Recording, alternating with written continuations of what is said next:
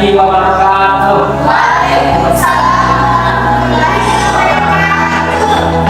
Sebelum kita mulai pelajaran, silakan Baik, sebelumnya siap berdiri. Memberi salam.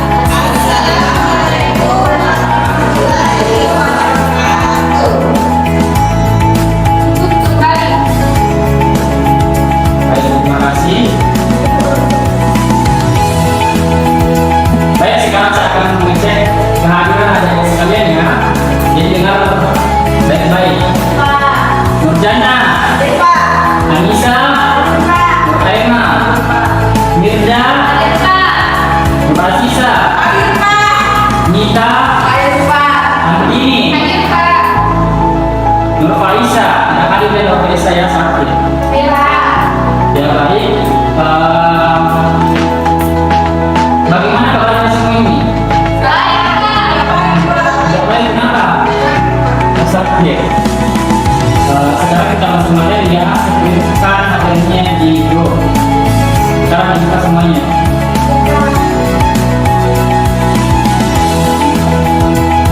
Baik, sudah dibuka semuanya? Ya baik Pak.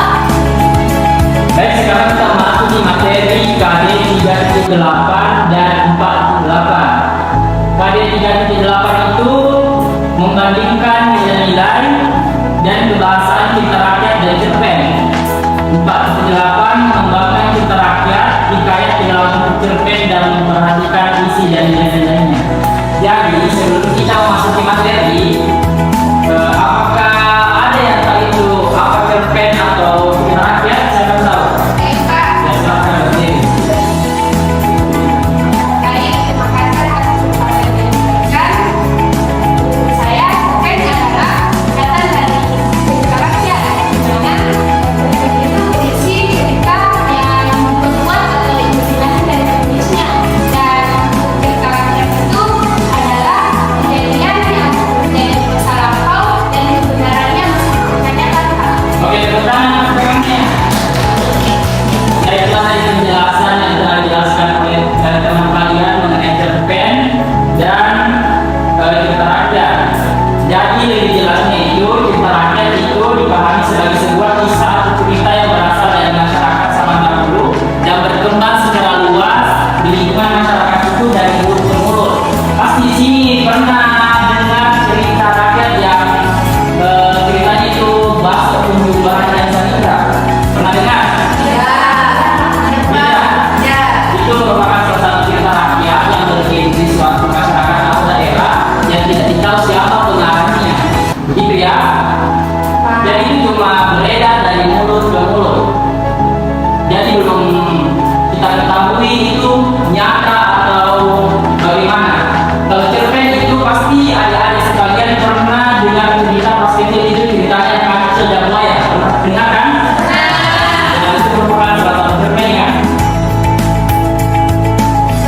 Ya baik adik-adik sekalian, sekarang kita masuk di karakteristik cerita rakyat atau hikayat. Nah, seperti ini ya. Dari situ ada kemustahilan di poin pertama, di mana karakteristik hikayat yang paling utama adalah kemustahilan. Artinya kira-kira disampaikan dalam bentuk hikayat ini tidak lolos atau tidak benar ya, tidak nyata. Kedua itu kesaktian, di mana ditemukan kesaktian para tokoh dalam sebuah hikayat. Karakteristik ini mudah ditemukan dalam hikayat dan mengisahkan raja-raja. Jadi dalam cerita itu lebih mengisahkan tentang kerajaan itu. Yang ketiga itu anonim, di mana artinya tidak diketahui secara jelas nama pencerita atau pengarangnya. Yang keempat itu tradisional, di mana karakteristik hikayat ini bersifat tradisional yang mempertahankan kebiasaan masyarakat zaman dahulu seperti adat istiadatnya, tarian-tarian adatnya, gitu ya. Sudah paham? Kita lanjut ya. Sekarang membandingkan nilai dan kebahasaan cipta rakyat. Jadi berdasarkan jenis dan bentuk hikayat itu berbentuk prosa termasuk dalam prosa lama ya. Sedangkan cerpen berbentuk prosa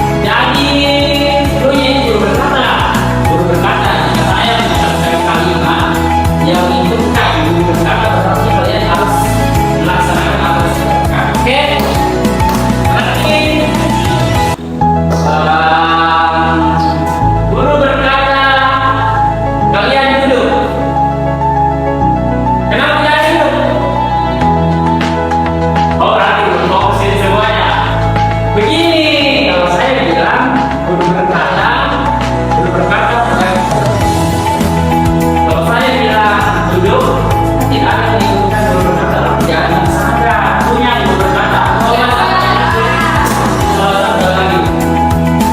Guru berkata, angkat tangan kanan. Guru berkata dengan hidup.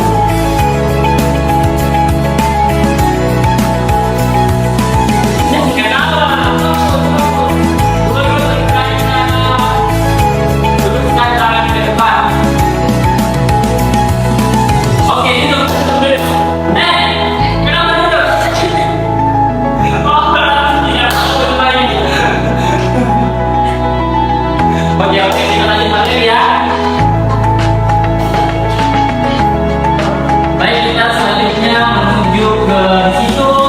Yang PPT yang sudah dikirimkan kan ada contoh interaktif yang sudah lihat semuanya. Sudah? Ya, oke. Baik, kita langsung kepada di situ lihat tabel, ada tabel di situ. Saya Putri Johan Manikam dari Cerita Rakyat dan cerpennya